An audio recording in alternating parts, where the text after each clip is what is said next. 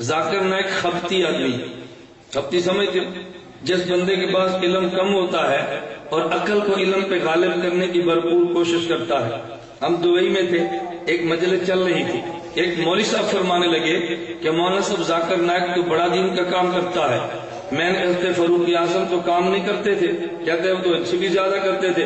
تو میں نے کہا ذاکر نائک نے حضرت فاروق اعظم پر اعتراض کیا ہے، اس دین کا فائدہ ہی کیا جس پہ فاروق اعظم پر اعتراض شروع ہو جائے۔ ذاکر نائک کہتا ہے ہم حضرت فاروق اعظم رضی اللہ عنہ کے فتووں کو چیک کریں گے، دلیل کے مطابق ہو تو مان لیں گے، دلیل کے مطابق نہیں ہوں گے تو ہم چھوڑ دیں گے۔ فاروق اعظم کے فتوے کو چیک کر رہا ہے، امام ابو حنیفہ کی بات ہے تو ذاکر نائک ایک ہی بات کہتا ہے، کہتے ہیں فقہ حنفی کو دوبارہ چیک کیا جا سکتا ہے۔ میں نے کہا یہ بات فقہ مالکی کے بارے میں نہیں کہتا، فقہ شافعی کے بارے میں نہیں کہتا، فقہ حنبلی کے بارے میں نہیں کہتا۔ معلوم ہو کہ دین کی خدمت کے نام پہ وہ بھی حنفیت کی مخالفت کی جنگ لڑ رہا ہے۔ اور تم کچھ دنوں بعد مزید دیکھو ذاکر نائک نظریات لے کر اٹھا تقابل ادیان کا اور مفتی بن کے فتوی اس نے دین کے غلط دینے شروع کر دی ہیں۔ ذاکر نائک کا بڑا عقیدت مند تھا، مجھے ایک بندہ کہنے لگا آخر جی ذاکر نائک میں کمی کیا ہے؟ میں نے کہا اس میں کمی تو کوئی نہیں ہے، اس میں خوبیاں بڑی ہیں۔ مجھے کہتے جی کون سی خوبیاں ہیں؟ میں نے کہا تم مینڈک کھا سکتے ہو؟ مجھے کہتے جی نہیں۔ میں نے کہا کچھوا کھا سکتے ہو؟ مجھے کہتے جی نہیں۔ میں نے کہا ذاکر نائک تو کہتا ہے کھا سکتے ہو، کہتے جی کہاں لکھا ہے؟ میں نے کہا میں کتاب دیتا ہوں، سیڑھی دیتا ہوں۔ ذاکر نائک سے کسی نے پوچھا کہ مینڈک اور کچھوے کھا سکتے ہیں؟ ذاکر نائک فرمانے لگے قرآن کہتا ہے لحمن طریہ، گوشت فریش ہونا چاہیے، خواہ مچھلی کا ہو خواہ مینڈک کا ہو۔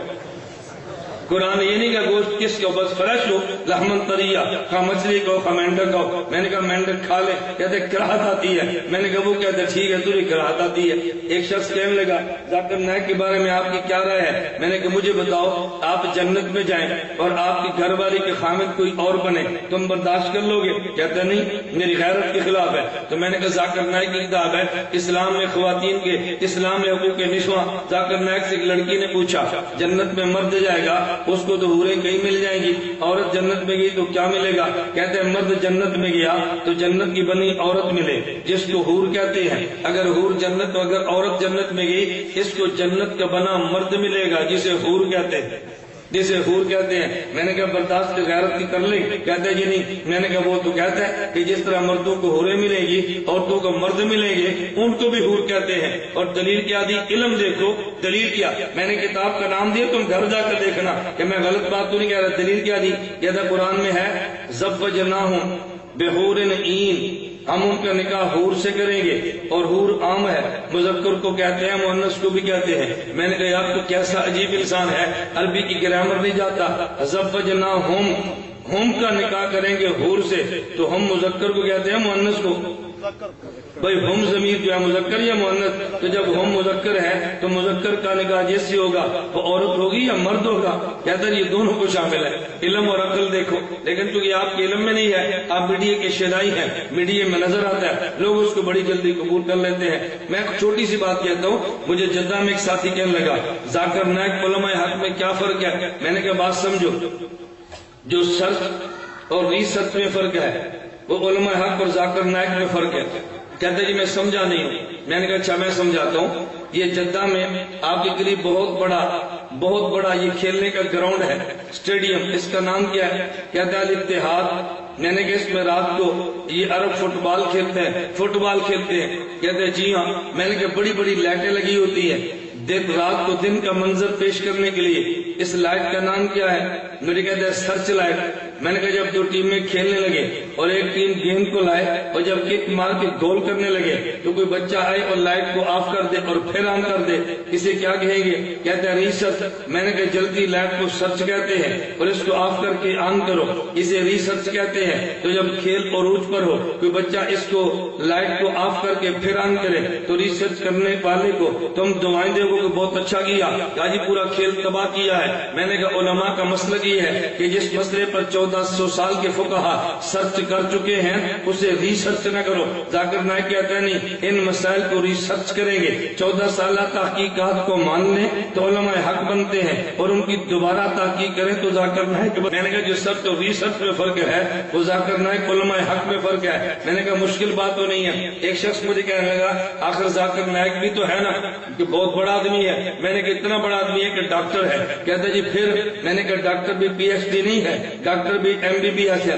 مجھے کہتا جی پھر. میں نے کہا ایک کام مولوی صاحب کا ہے، ایک کام ڈاکٹر MBBS کا ہے. مجھے کہتا دونوں میں کیا فرق ہے؟ میں نے کہا بھی آپ نے پوچھا ہے، آپ نے ناراض نے بات سمجھنی ہے. اگر کبھی آپ نے نبض چیک کرانی ہو تو MBBS ڈاکٹر کے پاس جاؤ. اگر آپ نے میدا چیک کرانا ہو MBBS ڈاکٹر کے پاس جاؤ. مسانہ چیک کرانا ہو MBBS ڈاکٹر کے پاس جاؤ. اگر وہاں نہ جا سکو پیشاب چیک کرانے کے لیے بھیج دو. میں نے کہا اگر آپ کو پیشاب چیک کرانا پڑے اس کو تھیلی میں بند کرے اور ڈاکٹر ذاکر نائک کے پاس بھیج دیں. وہ MBBS اس کا یہ کام ہے. اور مسئلہ چیک کرانا پڑے آپ اس کو لفافے میں ڈالنا اور دارالعلوم دیوبند بھیج دینا. مسئلے والا لفافہ ہمیں بھیجنا، پیشاب والا لفافہ اسے بھیجنا. مسئلہ چیک کرنا عالم کا کام ہے، پیشاب چیک کرنا ڈاکٹر کا کام ہے. اب اس میں غلط بات تو نہیں ہے. اچھا آپ بتائیں کبھی آپ نے پیشاب چیک کرانا ہو تو آپ مدنی آتے ہیں، کہاں جاتے ہیں؟ اسپتال. اور مسئلہ پوچھنا ہو تو پھر تو یہی تو میں روتا ہوں. مسئلہ پوچھنا تو عالم ہے، پیشاب چیک کرانا تو ڈاکٹر ہے. میں نے کہا اس سے پیشاب چیک کراؤ، مسئلے چیک نہ کراؤ. جو ان کا کام ہے وہ چیک کراؤ. اور یہ PhD ڈاکٹر نہیں ہے، MBBS ڈاکٹر ہے. مجھے کبھی تعجب ہوتا ہے جب میں تنقید کرتا ہوں نا تو بات دنیا دار کالج کا طبقہ کہتا ہے مولوی صاحب آپ نے اتنے بڑے آدمی پہ تنقید کی ہے. میں نے کہا اس نے فاروق اعظم رضی اللہ عنہ پہ تنقید کی ہے، تمہیں کیوں سمجھ نہیں آتی؟ امام ابو حنیفہ پہ تنقید کی ہے، تمہیں کیوں سمجھ نہیں آتی؟ حضرت حسین کی تنقید کی ہے اور یزید کی حمایت میں فتویٰ دیا ہے، تجھے کیوں سمجھ میں نہیں آتا؟ وہ اتنے بڑوں پہ تنقید کرے وہ تب بھی بڑا ہے، ہم ایسے پر تنقید کریں پھر بھی چھوٹے ہیں. اللہ میں بات سمجھنے کی توفیق عطا فرمائے.